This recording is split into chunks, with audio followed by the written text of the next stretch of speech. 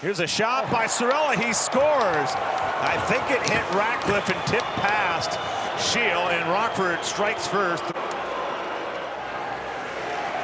1 minute remaining in the period. Here's a chance out in front, and Tepley tips it home for a 2-0 Rockford lead. Nate Soucis is in. Hudson Elnick popping it back. Ronan Seeley protects the puck. Got it to Kevin Fitzgerald. Worth to Elnick. Here's Melnick in tight. He scores!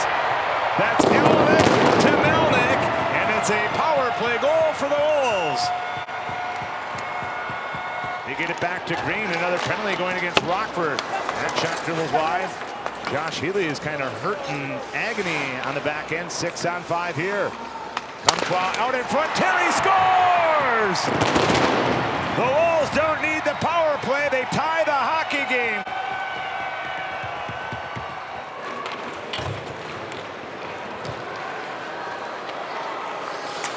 Here's a shot. They score.